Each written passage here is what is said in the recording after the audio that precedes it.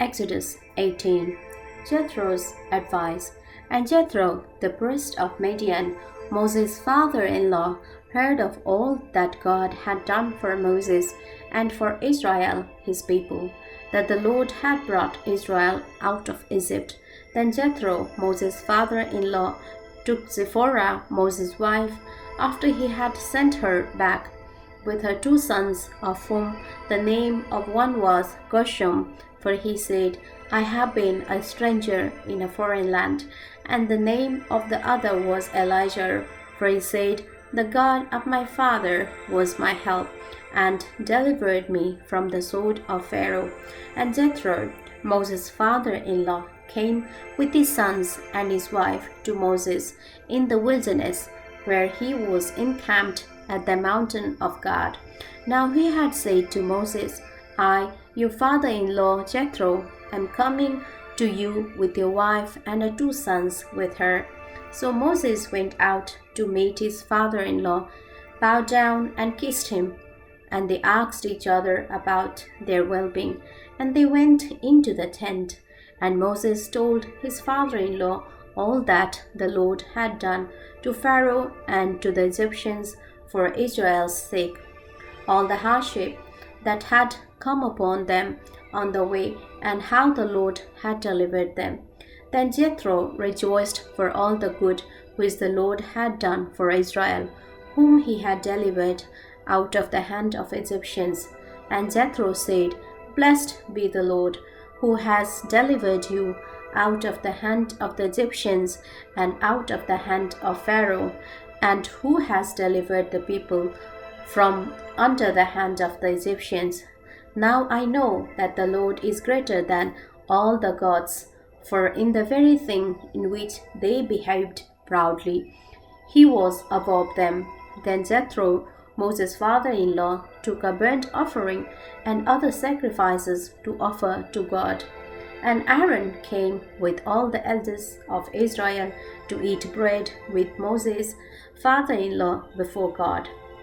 And so it was on the next day that Moses sat to judge the people, and the people stood before Moses from morning until evening. So when Moses' father-in-law saw all that he did for the people, he said, What is this thing that you are doing for the people? Why do you alone sit, and all the people stand before you from morning until evening? And Moses said to his father-in-law, Because the people come to me to inquire of God. When they have a difficulty, they come to me, and I judge between one and another, and I make known the statutes of God and his laws.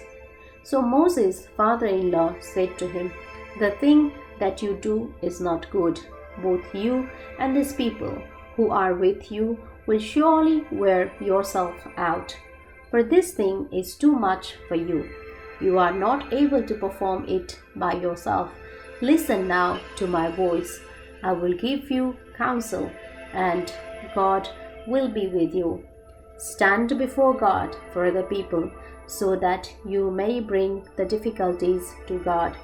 And you shall teach them the statutes and the laws, and show them the way in which they must walk, and the work they must do. Moreover, you shall select from all the people able men, such as fear God, men of truth, hating covetousness, and place such over them to be rulers of thousands, rulers of hundreds, rulers of 50s, and rulers of 10s. And let them judge the people at all times. Then it will be that every great matter they shall bring to you, but every small matter they themselves shall judge.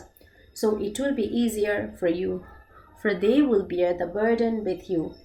If you do this thing, and God so commands you, then you will be able to endure, and all these people will also go to their place in peace.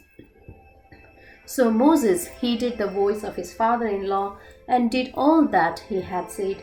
And Moses chose able men out of all Israel and made them heads over the people, rulers of thousands, rulers of hundreds, rulers of 50s, and rulers of 10s.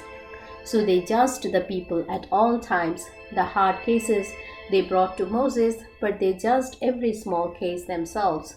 Then Moses let his father in law depart, and he went his way to his own land.